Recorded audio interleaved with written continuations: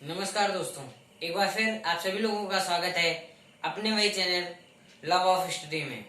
दोस्तों, आज हम बताएंगे जो हमने आपको आधी बातें बताई थी कि समास विग्रह।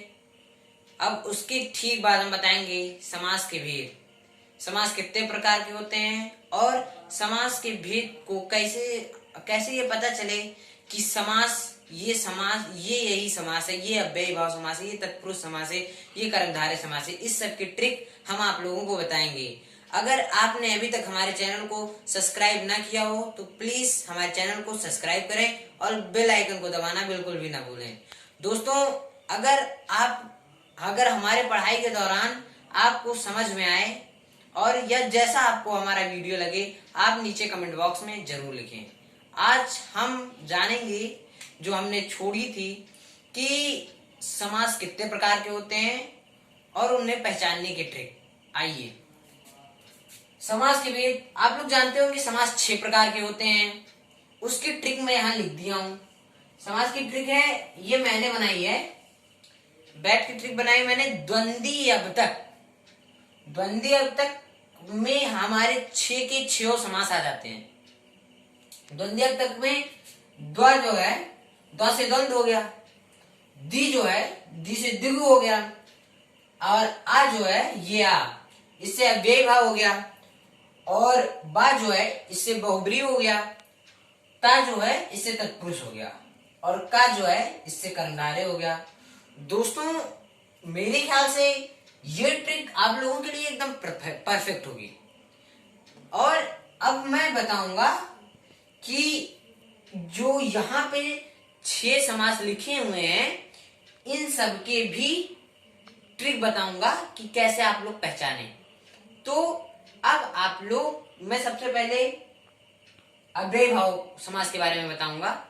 आइए देखते हैं अव्ययी भाव समास। अव्ययी भाव समास के पहले हम परिभाषा जानेंगे, उसके ठीक बाद मैं उसका ट्रिक बताऊंगा कि कैसे आप अव्ययी भाव समास को पहचाने। आइए देखते हैं अव्ययी भाव समास। अव्ययी भाव समास जिन शब्दों के प्रारंभ में उपसर्ग लगा हो। दोस्तों, जिस शब्द के पहले उपसर्ग लगा हो, नीचे लिखा भी हुआ है, इतने में से कोई उपसर्ग होगा तब वो अव्ययी भाव समास होगा। जिन शब्दों के प्रारंभ में उपसर्ग लगा हो उसे अव्ययी भाव समास कहते हैं। जैसे उपसर्ग, मैंने कुछ उपसर्ग दिया हुआ है, यथा, आ, भर, अनु, निर, प्रा, प्रत और हर। दोस्तों, जितने भी मैंने उपसर्ग लिखे हैं, इन्हीं उपसर्गों में से कोई ना कोई उपसर्ग आपको अव्ययी भाव समास में जरूर मिलेगा। मैं एग्जांपल यहाँ पे पहले से लिया हूं। जैसे मैंने लिया यथा संभव। यथा जो है हमारा, ये हमारा उपसर्ग है। देखिए दोस्तों, यथा संभव में यथा हमारा उपसर्ग है, यथा यहाँ पे लिखा हुआ है। जैसा संभव हो, इसका विग्रह हो गया, जैसा संभव हो। समस्त पद हमारा यथा संभव है, और हमारे यथा संभव में यथा जो आया है ये हमारा उपसर्ग है। जैसे कि हमारे परिभाषा में लिखा हुआ है, जिन शब्दों के प्रारंभ में उपसर्ग लगा हो उसे अव्ययी भाव समास कहते हैं। अब हम दूसरा उदाहरण लेंगे। जैसे हमने ले लिया भर पेट, यानी पेट भरकर, इसका विग्रह हो गया। अब हम यहाँ पे भर पेट में हमारा भर जो आया है दोस्तों, ये है उपसर्ग, और समस्त पद हमारा जो है वो है, समस्त पद हमारा भरपेट है, और जो हमने विग्रह किया है इसका, ये है हमारा विग्रह जो हुआ है भरपेट का होगा पेट भरकर। और हमारा जैसा कि आपने देखा, ये भर जो है ये भी आ गया। आमरण, इसका विग्रह हो जाएगा मरण तक। दोस्तों, आ जो आया है ये हमारा उपसर्ग है, और जो अभी ये हमारा जो आमरण यहाँ लिखा हुआ है ये हमारा समस्त पद है।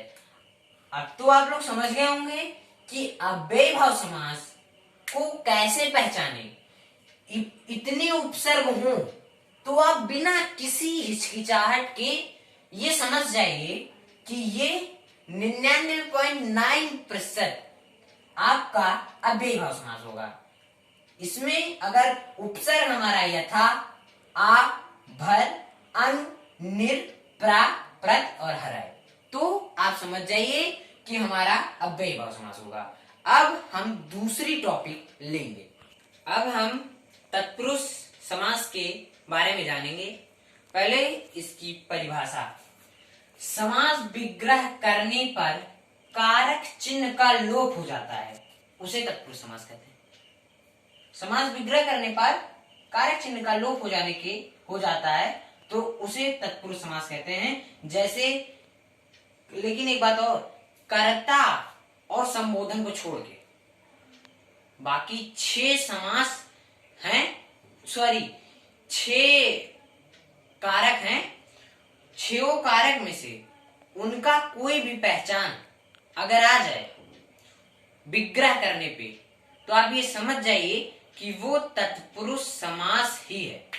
जैसे हमने कुछ उदाहरण लिखे हुए हैं।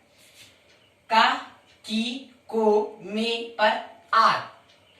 इन सब के अलावा भी और बहुत से इसी प्रकार के पहचान है। अब हम आपको उदाहरण समझाएंगे। यश प्राप्त। यश प्राप्त में यश, इसका हमने विग्रह किया, यश को प्राप्त।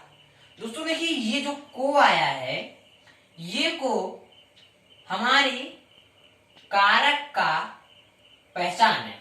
इस वजह से हमको बिना किसी हिचकिचाहट के ये समझ जाना चाहिए कि ये तत्पुरुष समास है। एक उदाहरण हमने और लिया है, गंगा जल, यानी गंगा का जल। गंगा का जल। दोस्तों देखिए, इसमें जब हमने इसका विग्रह किया, इसमें भी हमारा कारक आया का। ये जो का आया है, ये हमारा कारक है। इसलिए बिना किसी हिचकिचाहट के हम ये समझ जाएं कि ये तत्पुरुष समास है।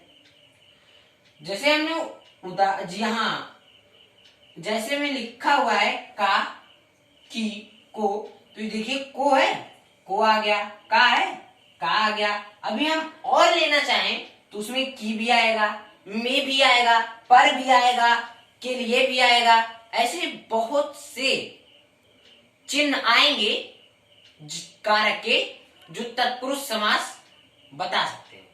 अब हम आपको नई टॉपिक बताएंगे, कर्मधारय समास।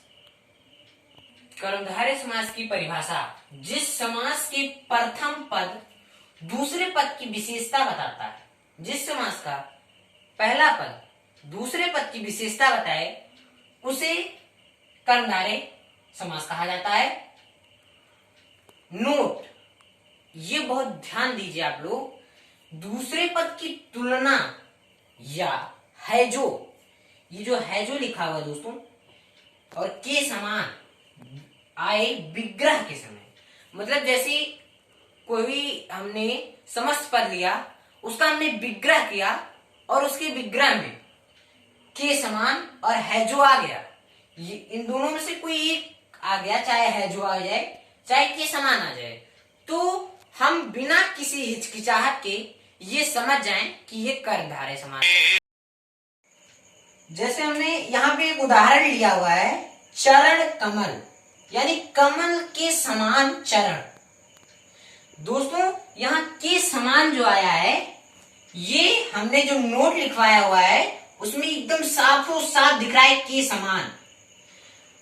तो चरण कमल में कमल के समान चरण विग्रह हमने किया तो कमल के समान चरण आया। के समान अगर है तो आप ये समझ जाइए कि जो हमारा ये कर्म के समान है, ये हमारा कर्मधारय समास है। इसमें आप बिना किसी हिचकिचाहट के लगा सकते हैं निशान कि ये कर्मधारय समास ही है। अब हम एक एग्जांपल और लेंगे। जैसे मैं एक एग्जांपल और लिया, महात्मा, यानी महान है जो आत्मा। या दोस्तों देखिए है जो आ गया है। अभी हमने नोट में आपको दिखाया था है जो या के समान आए तो आप बिना किसी हिचकिचाहट के ये समझ जाइए कि ये कर्मधारय समास है। अब आप इतना तो समझ ही गए होंगे कि कर्मधारय समास को कैसे पहचाने। अब हम नई टॉपिक नए समास के बारे में जानेंगे। नेक्स्ट वीडियो में हम बचे हुए 3 समास के बारे में आप लोगों को बताएंगे। आज आपने 3 समास जाने और तीनों समास को आप लोग मेरे ख्याल से अच्छे से समझ चुके होंगे।